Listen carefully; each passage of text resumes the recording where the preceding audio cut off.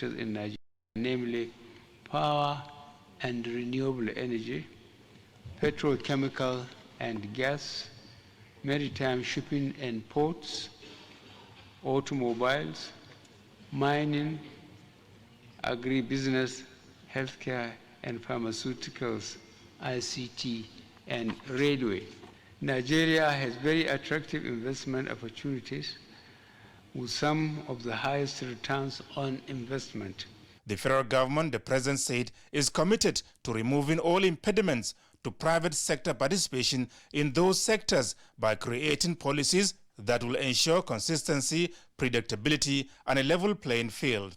He said already a presidential committee has been established to promote ease of doing business and make Nigeria more attractive and competitive for investment. Some members of the Nigerian delegation to the conference give their impressions. Most of the aid from these organizations here from Japan have been going to East Africa, and it's because of the attitude from West Africa. We're not being aggressive.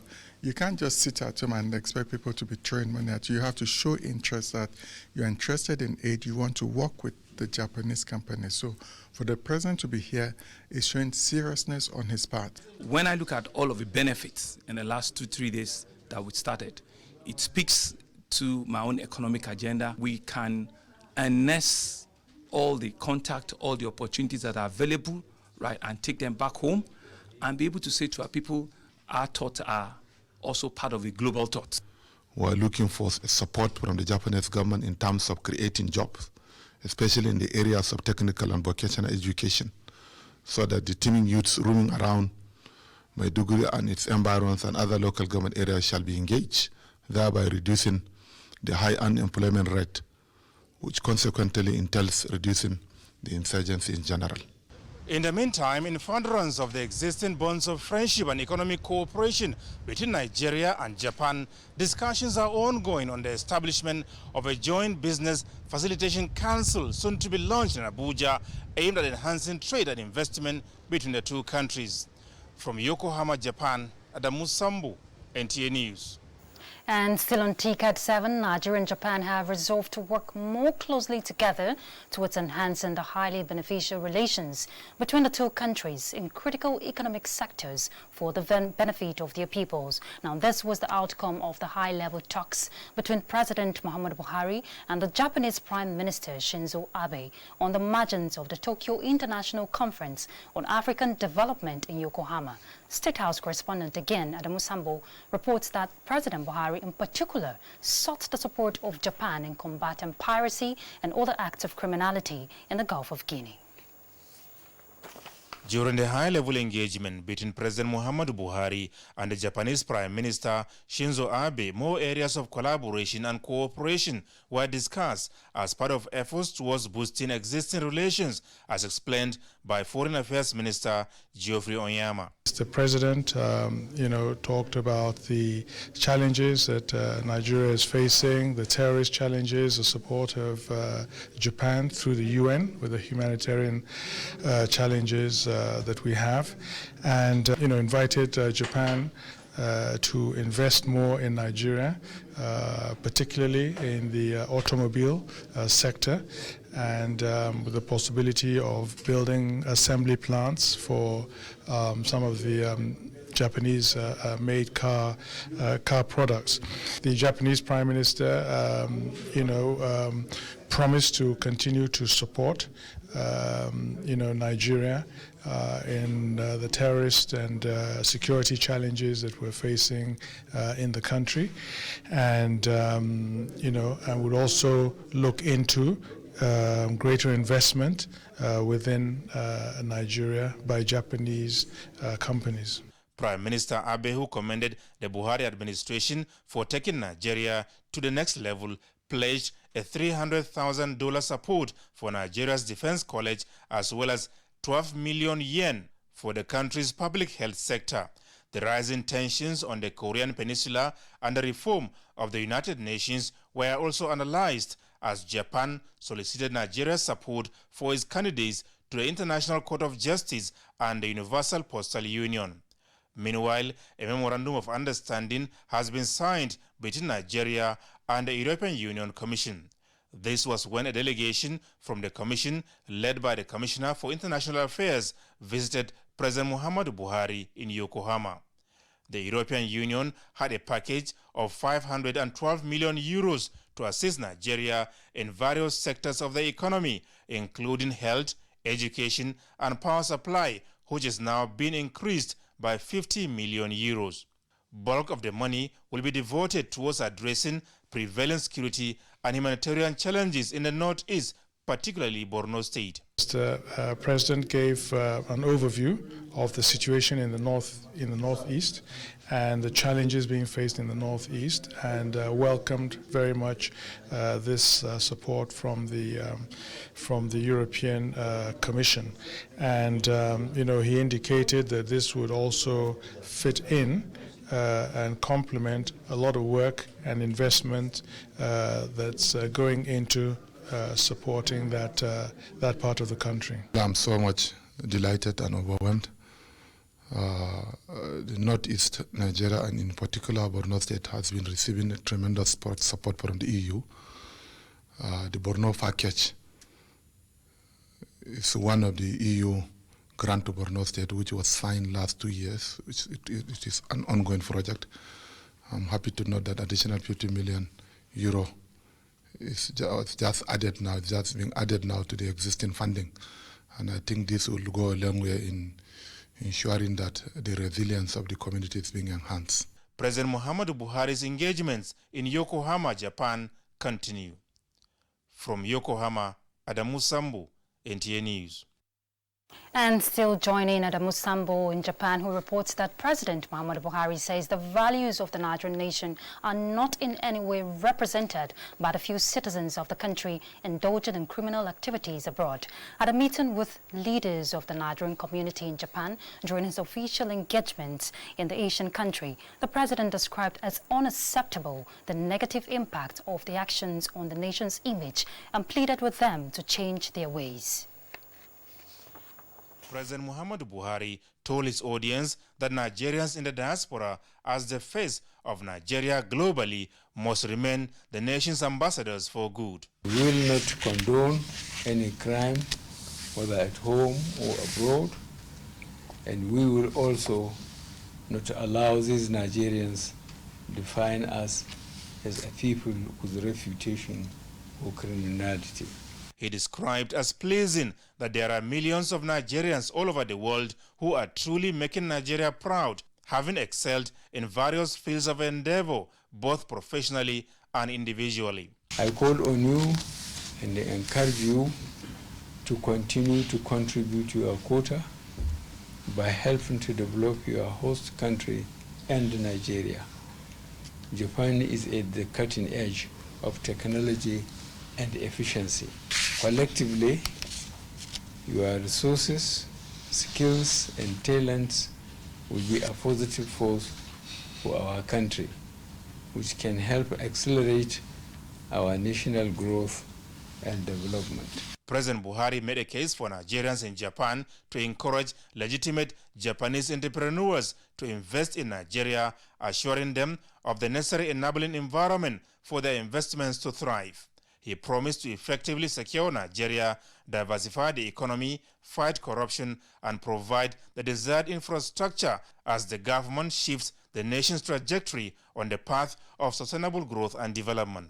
Leaders of the Nigerian community in Japan applauded President Buhari's efficient leadership and pledged to key into his vision and mission for a greater Nigeria. Regardless of whatever problem, so far as science and technology can solve the problem, what I promise the presidency is that we are capable of bringing solutions. We have the confidence that we'll be able to help Nigeria in areas of need. All we want from the government is to engage us and provide the enabling environment. Your statements, your policies, your humility, your spirit of oneness, and your spirit of service is the only glue that can bind us together. Hence, reassurances of a better tomorrow.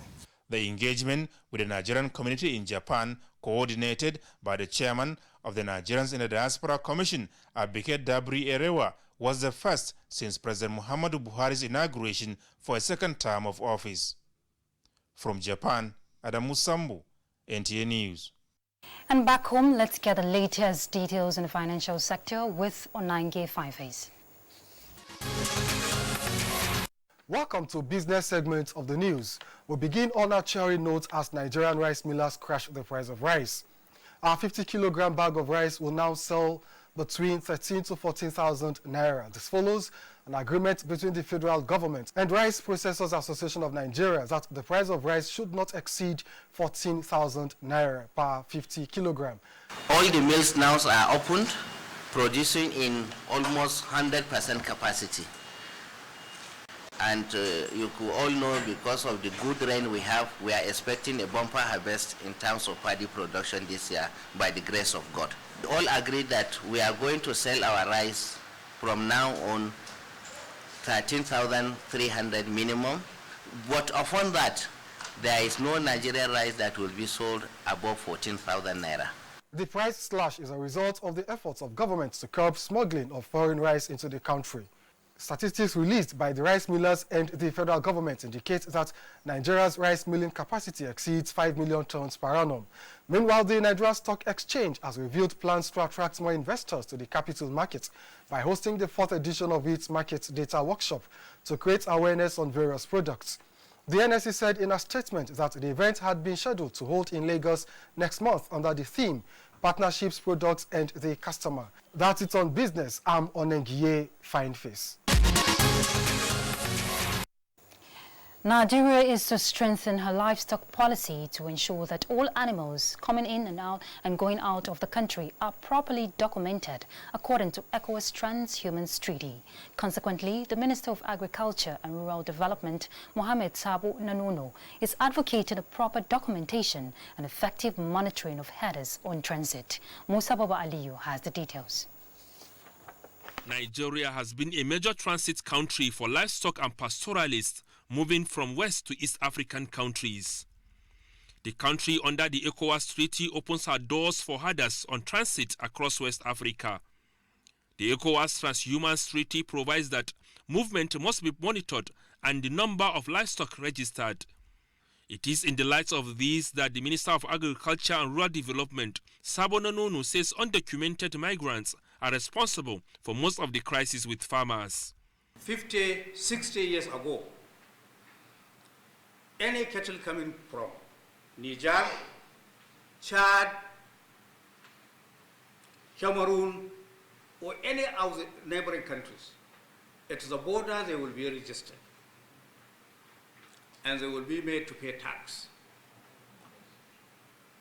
And they will identify their leaders and they will know from one point to one point where they are going. He says the ministry will come up with policies and programs that will organize and ensure the livestock subsector contribute largely to the economic growth in the country. Such as any state that is interested in establishing any livestock-related intervention or investment, it can also be supported under the National Livestock Transformation Plan. It is estimated that about 20 million cattle crisscross Nigeria annually in search of greener pasture. In Abuja, Musa Baba Aliyu, NTA News. You're watching the news on NTA International, reaching you live from Abuja. Let's go on a break. We'll be back. Stay tuned. Hey, you! And are you how they talk to? I sabi you now. It's in your mind, Abi. The person with them go help us. Baba Toros and Shangalu. Oga Lekuva, Mr. Sabi. And you know if we carry last for this one. A spear into the top corner.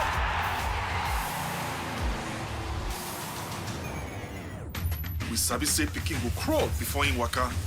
So don't look, no help anybody. No dolly, no. So go for it. Go for football. Go for all Serie A and La Liga matches live. Go for GoTV Max. Thank you for staying with us. The federal government has reassured Nigerians that the country will not lose any of its assets with the $9.6 billion judgment against Nigeria. This was part of submission of the Minister of Information and Culture, Lai Mohammed, on NTA's Good Morning Nigeria. Olusheye Adiagbo has details. The August 16, 2019 judgment of a London court authorizing a foreign company, Process and Industrial Development Limited, P&ID, to seize $9.6 billion in Nigerian assets over a breached contract by the company and the Ministry of Petroleum Resources, signed in 2010. The development that has dominated major discourse. Experts all over the world have agreed that this is justifiable. Minister of Information and Culture, Lai Mohammed, on Good Morning Nigeria, re-emphasized federal government stand over the matter as he corrects wrong interpretation by a section of the media. You see, arbitration is supposed to be restitution. It's supposed to restitute. It's not supposed to give you what would have made you over 20 years. Yes, yeah. And this is why we are leaving no stone unturned to ensure that this judgment is set aside. And again, I want to take the opportunity to assure Nigerians that there's absolutely no imminent threat to seizure for assets, because even the UK court said that they cannot begin any attachment until the courts are back and there will be further hearing on the matter. Lai Mohammed, who described the judgment over a botched contract as unfair to Nigeria, also explains strategy the country is applying to seek in for a stay of execution of the decision. You don't inflict this kind of injury on the country and its people for your own selfish reasons. But like I said, please, the government is doing everything possible, one, to get a safe execution, and also to, set aside this award. But of course, at the end of the day, we'll sit down with P&ID and, arrive at something that we think is reasonable for all the parties. The Information and Culture Minister adds that President Muhammadu Buhari has ordered the Economic Financial Crimes Commission, the National Intelligence Agency, and the Inspector General Police to conduct a thorough investigation into the matter. Information and Culture Minister Lai Mohammed has called on members of the National Union of Road Transport Workers to support the federal government's efforts to rid the nation's highways of violent crimes. The minister made a call at the 9th Quadrennial Conference of the Union in Abuja. Anthony Forson reports.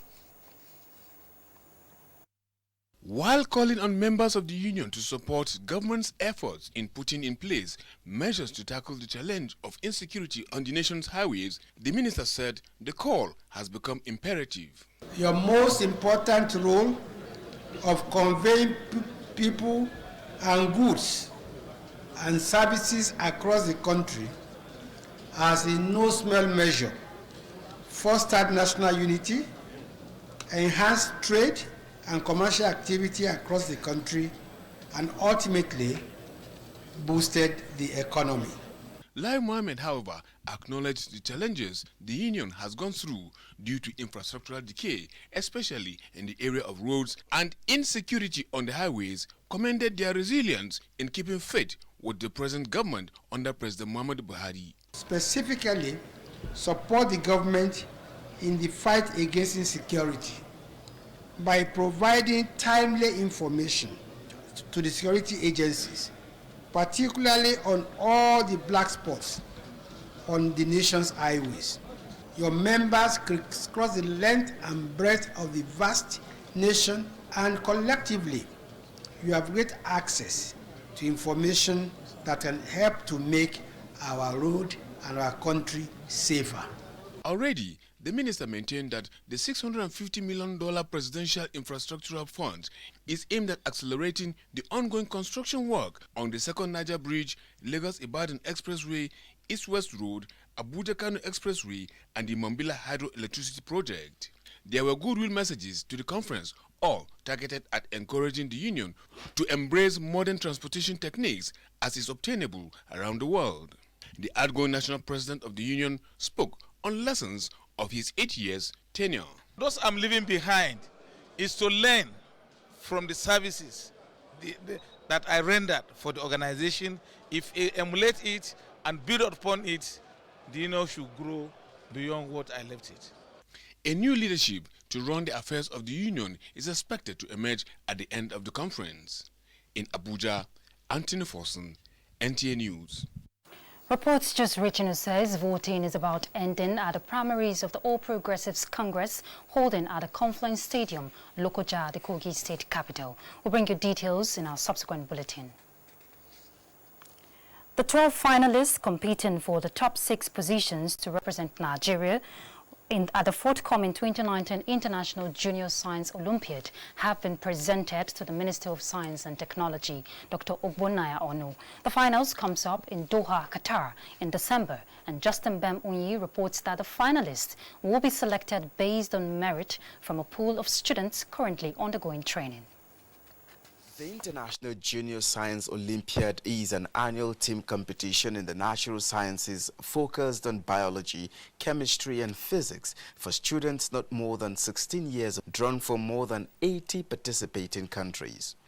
The Olympiad is in recognition of the significance of natural sciences in an ever-changing world. These 12 students from 12 different states emerged victorious at the zonal level of preliminary examination in Nigeria. They are to undergo further training, after which 6 outstanding participants would be selected to form Team Nigeria at the competition. Now, they have met with the Minister of Science and Technology, who has encouraged them and tasked them to make Nigeria proud as they go to Doha and win the gold medals for the country. We believe that this year you will do us proud by showing the world that yes, Nigerian students are very good in science subjects.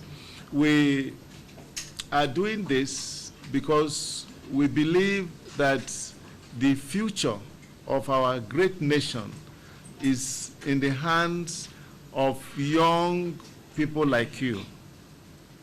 The competition has key objectives that includes stimulating the active interest of students in natural sciences and to promote science careers.